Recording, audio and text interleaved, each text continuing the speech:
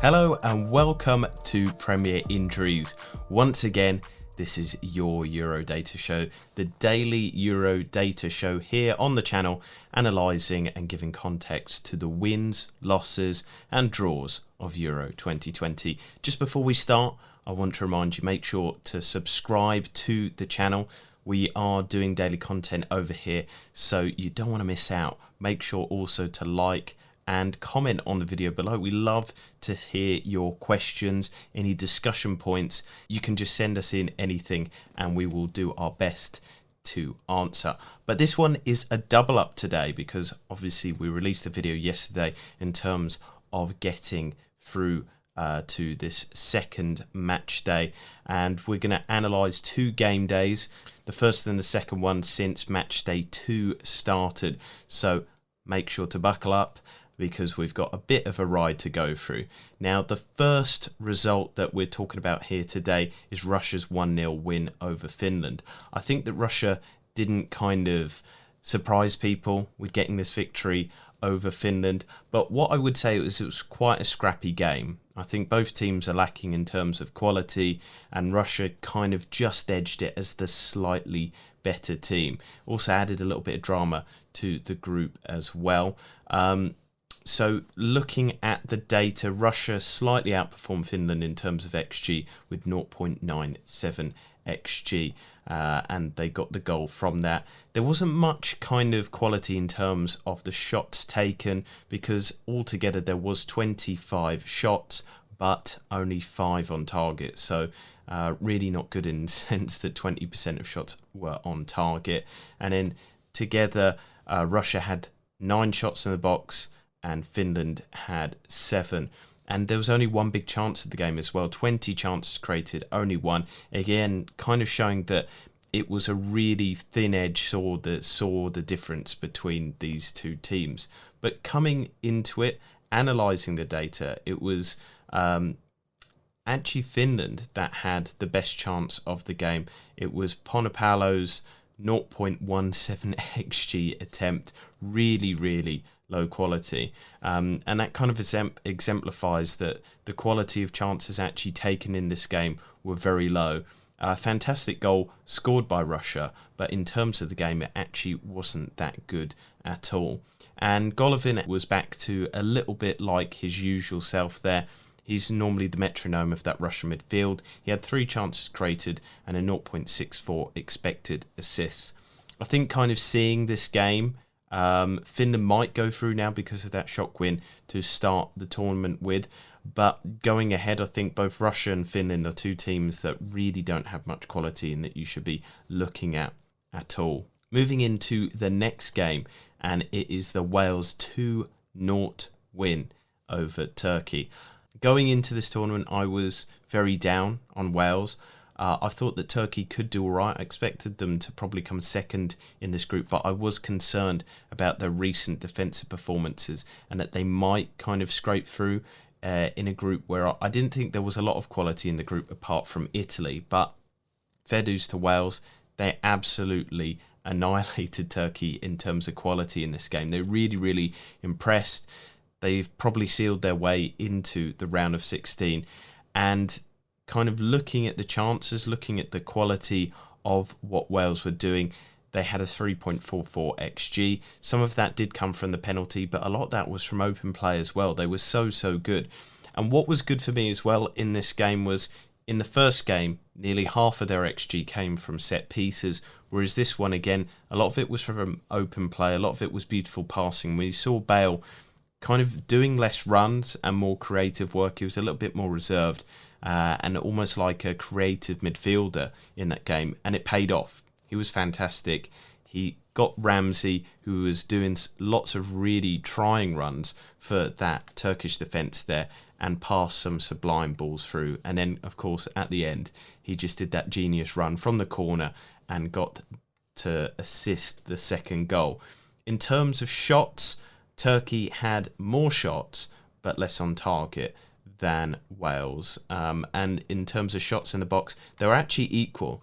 But what you can see is that Wales, again, kind of with less chances, they were higher quality. So Wales had 11 chances created compared to Turkey's, but 3 of them were big. This was the Ramsey and Bale show, though. They were absolutely fantastic. Ramsey with the best XG of the match with 1.64. He had 4 shots in the box. He was a constant threat. The Wales team got their tactics so right in this game. And then looking at Bale, he had the best expected goals involvement, 3 big chances created in an XA of 1.03. Can't overstate how brilliant he was in that game. And it'll be interesting to see how they manage to play against Turkey. Obviously, they haven't lost so far, and they have incredible fighting spirit. So who knows what will happen when they come up against the Azzurri. But kind of looking at the quality of the 2 squads, one would assume that Italy would come out on top. So going into that game, I'm really excited to see the result. Then finally, the game of that day was Italy versus Switzerland, and Italy, after not scoring more than 3 goals for so long in these European Championships, they do it back to back. They've announced themselves in this tournament. A lot of people talking about them as a dark horse, an outsider chance in this tournament, but they've proven themselves to be utterly dominant and real kind of potential to actually go on and win this tournament. They've now not conceded in 10 games. They've been so brilliant in defence, in attack as well. They've just blown teams away. And what I would say is that they allowed the Swiss side nothing at all. In terms of it, Switzerland didn't have anything to write home about. They didn't really test Italy at all. And we will see when they play bigger opponents if Italy can keep this up, because Switzerland only managed 0.25 XG. They only had 6 shots in total. And in terms of chances, Switzerland were really lacking with just 5 created in the match. Then you flip it over to Italy. The dominance just shows 2.78 XG. They had 10 chances, 5 big, which is the most big chances created of any game so far. It's tying now because some other teams have done it today in terms of the Euros. But they just look so good. They play really well as a unit, kind of looking at the team. Each player knows where they should be playing. It's great to see a team so tactically adept. And Mancini himself, I think people will learn this as it goes through the tournament, but he's quite the pragmatist as well. He knows how he needs to chop and change his team when he plays certain opponents. And kind of going forward, he will know how to game manage in these all-important big team games. So there is that flip side of, will he be able to manage in those big games? But then the other kind of side of the coin is the fact that he's proven himself against big teams in terms of historically looking at his time at Man City. So I believe in Mancini, and I'm really excited to see how they go through. In terms of individuals, Immobile was brilliant in this game. He was just not hitting the target for so long. It was so frustrating to watch. He had lots of good chances. A 0.44 XG shot was missed. And then he does go and score, and he scores the hardest shot of the game in terms of it was the one with the lowest XG. So never really count Immobile out in terms of these Euros. He could just take a half chance and score it. But going forward, Italy just looks so good, and I'll be looking forward to doubling up, trebling up, maybe more than that in terms of how the game allows us going into the round of 16 and further. So we go on to the first game of today, and it was Ukraine versus Macedonia. Ukraine did exactly what they needed to do with the 2-1. It was a cagey affair though, and once again Macedonia showed that they are willing to fight, that they do have a little bit of quality, and they're more than just about the individuals. They're a team and they work really well together. Ukraine did well though in terms of penalty. Ukraine did well though in terms of XG. They did create the better chances, more numerous, and dominated Macedonia in that sense.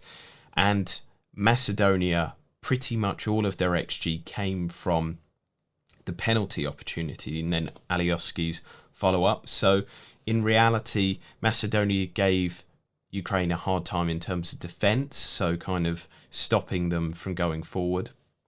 But in terms of attack, they really didn't test them too much. And it's just reflected in the data as well. So I talk about that inflated XG, but then looking at the fact that there were 7 chances created for Macedonia, but none of them were big, and then you look at Ukraine with 13 chances, it shows that Ukraine were in charge of the game for large swathes of it, and really Macedonia have a lot to thank their goalkeeper for. He kept them in the game with 7 saves, 4 of which were inside the box, and really that was the kind of high point for them, whereas Ukraine played well. Malinovsky, chief creator, but missed the penalty. I think a lot of people in terms of fan team, in terms of Fantasy Euro, will be very annoyed at that because that cost them points, but he was still great.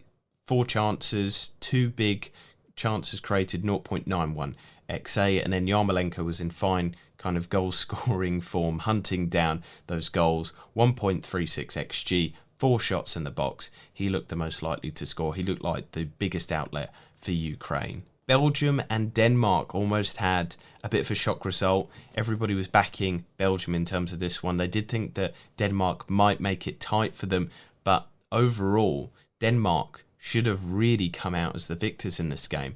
They beat Belgium in terms of XG. They had 1.99 XG to Belgium's 0.87. They had way more shots, 19. That doesn't always mean that that's the better thing. But then you look at the shots in the box, the chances created. This Denmark team was dominant probably for the first 45 minutes. They had the first half, and kind of feeding into the truly big cliche of football, it was a game of 2 halves. Belgium was so much better in the second 45 minutes. But yeah, Denmark can feel really unlucky coming out of this game.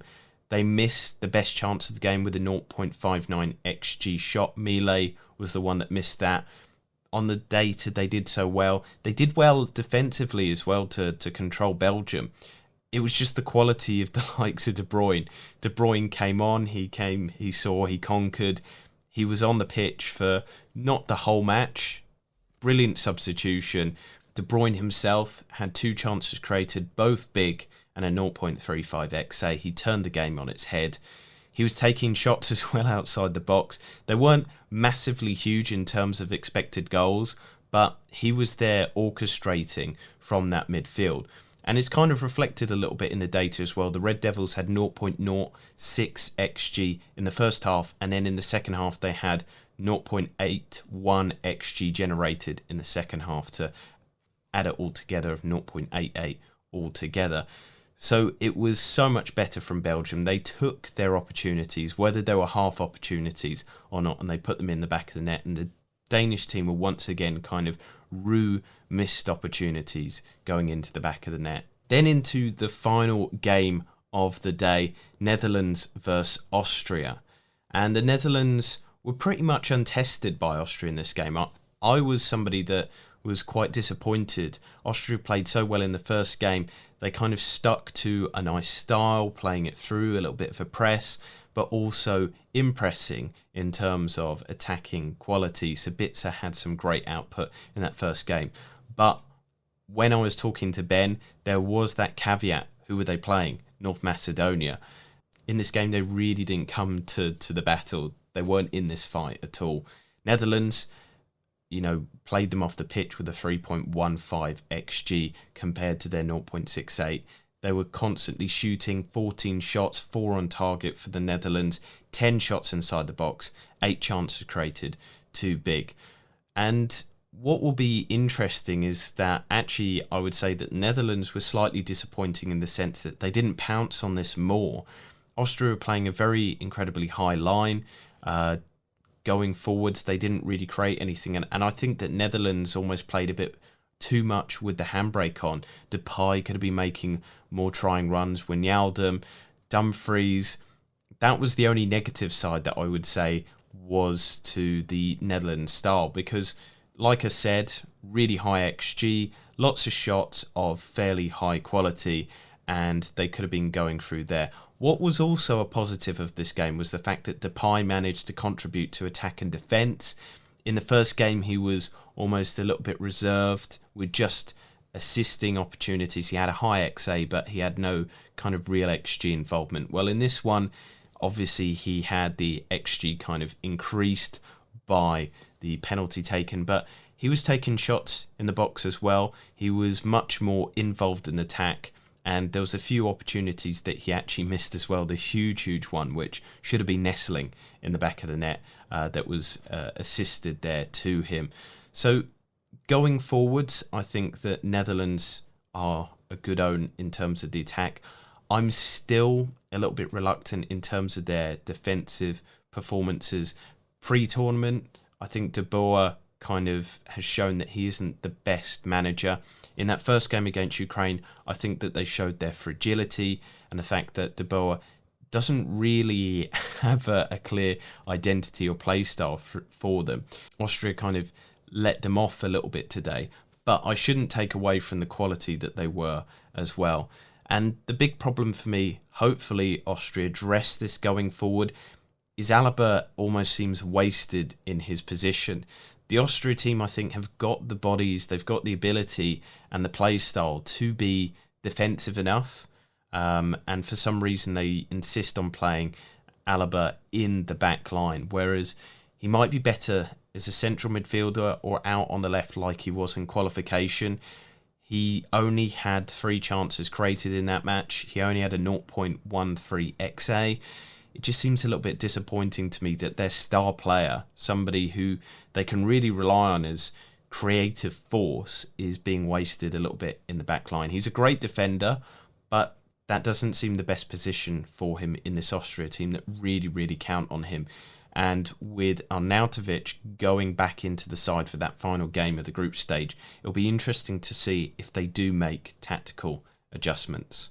So that is the analysis there in terms of the data show. Hope you enjoyed that. Please do join in the discussions below and comment. Ask any questions if you've got any data that you would like us to bring to you. But as always, I wish you the best of luck with your Euro choices. I hope this helps you when we move more towards match day 3, and make sure to subscribe to the channel because we will be back again tomorrow with another data show. But for now, goodbye and good luck, and enjoy these Euros.